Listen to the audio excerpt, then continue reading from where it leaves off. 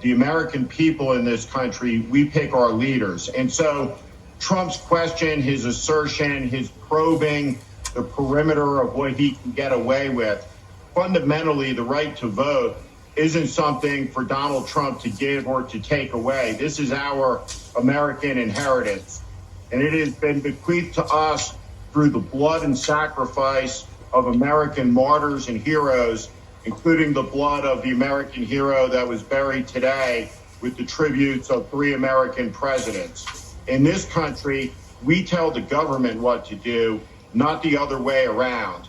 The point is, though, if Donald Trump could end the election, stop the election, if Donald Trump had the power to remain in office, we know for sure that he would exercise it.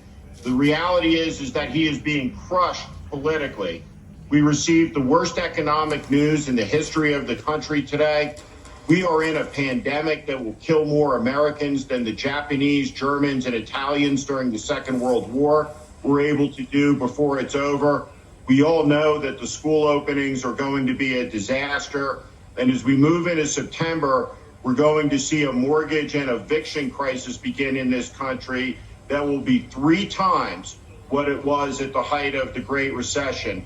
We have dark and troubled days ahead, and we see an illiberal president testing the boundaries of American democracy, which he's done for 3.5 years. And actually is what I said 4 years ago, is fascism didn't grow and thrive in the 1930s because it was strong. It grew and thrived because democracy was weak.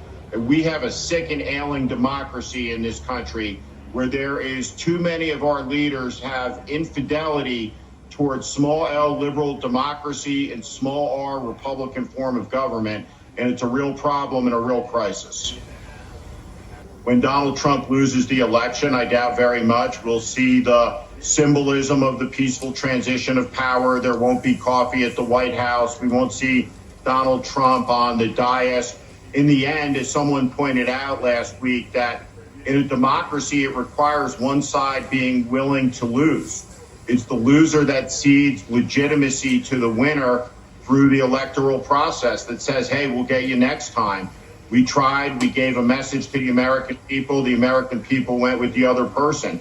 Trump is ceding the ground that this election, no matter the outcome, will be illegitimate. He'll never recognize the legitimacy of it should he lose the election, which means we're in very dangerous territory. But it was still at the end, Donald Trump can't stop anybody from voting.